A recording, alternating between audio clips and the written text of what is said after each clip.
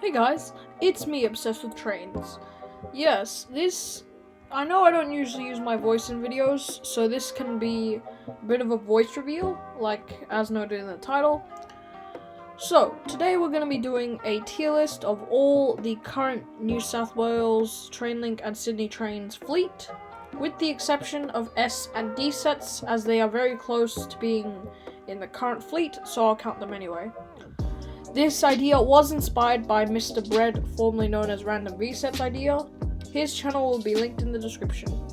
Anyway, so how this is gonna work is that in alphabetical order, all trains in the two fleets will be selected and placed on one of these tiers. S being the top and F being the bottom, worst. And so, yeah, let's move right into it with the first train, the A set. So, we have the A set down here. I will do the same thing for different trains in the future. I will place them down here and then put them accordingly, depending on how much I like it. So, the Waratah A set, it's quite new compared to other trains in the two networks.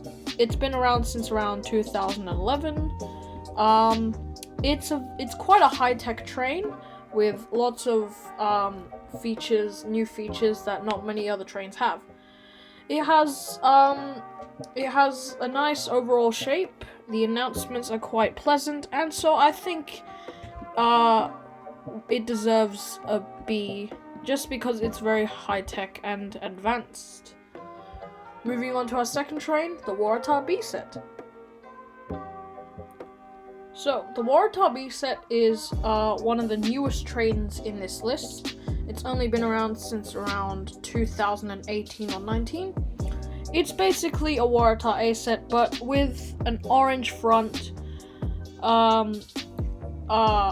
more stickers on the sides, and slightly more advanced technology inside and outside the train.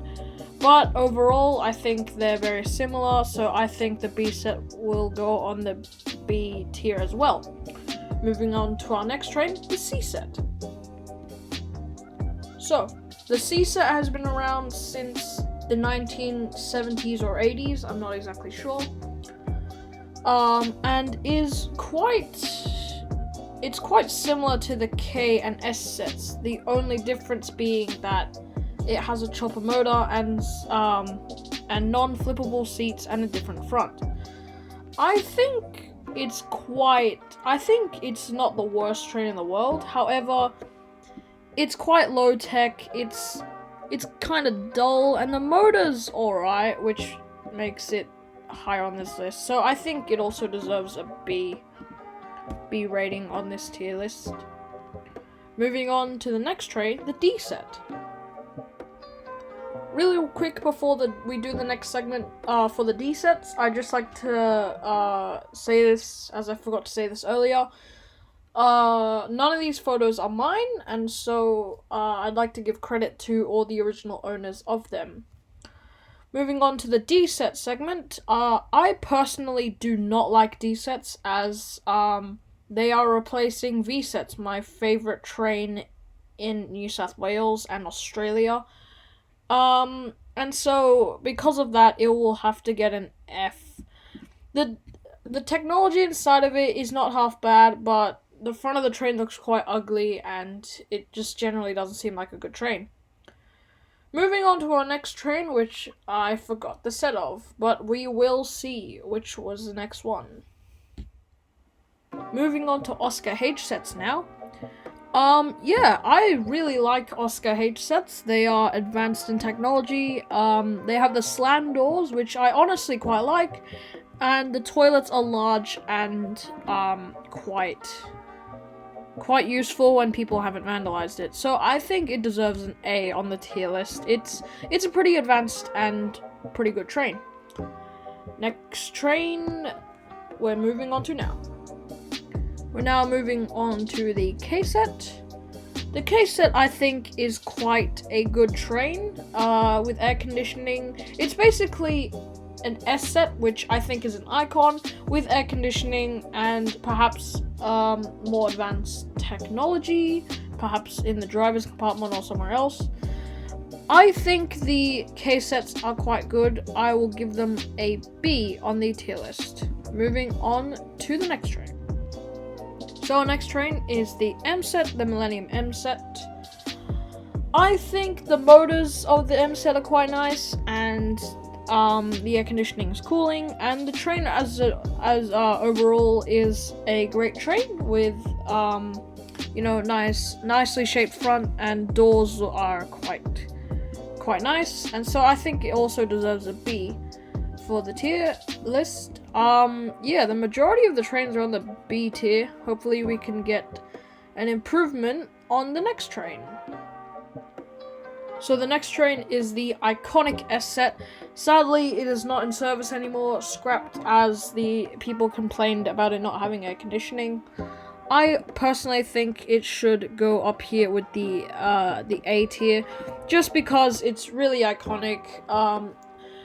Having no air conditioning and the openable windows is the thing that gave it character, and yeah, I just generally think it's a really great train. Let's move on to the next one. So right now we're up to the second last train of this list, the T and XG set Tangaras. I think they deserve an A as well, just because, they were released in about, I think, 1986, around that time.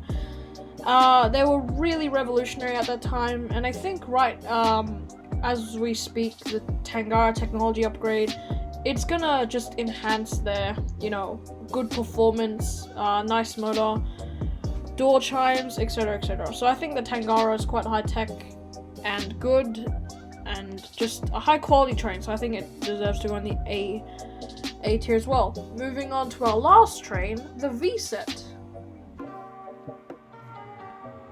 And now we're moving on to the final train of this tier list, the Intercity V set. Honestly, no competition for me, straight to the S tier. It's just a marvelous train, slidable doors, it's an icon, it's got a really nice motor, and everything about it is just high quality, and it gives the train character. Unfortunately, the D sets are replacing it soon, and so there is now limited time to take a V set, so catch them while you can. Yeah, the V set is without a doubt my favorite train in Australia. So let me know in the comments, do you agree with this tier list? Let me know. Also, vote in the poll. Should I do more commentary videos like this, or should I stick to the cinematics? Anyway, that's all for today. Hope you enjoyed this video. Make sure to give it a like and subscribe to my channel, Obsessed with Trains. And yeah, I'll see you in the next video. Bye for now.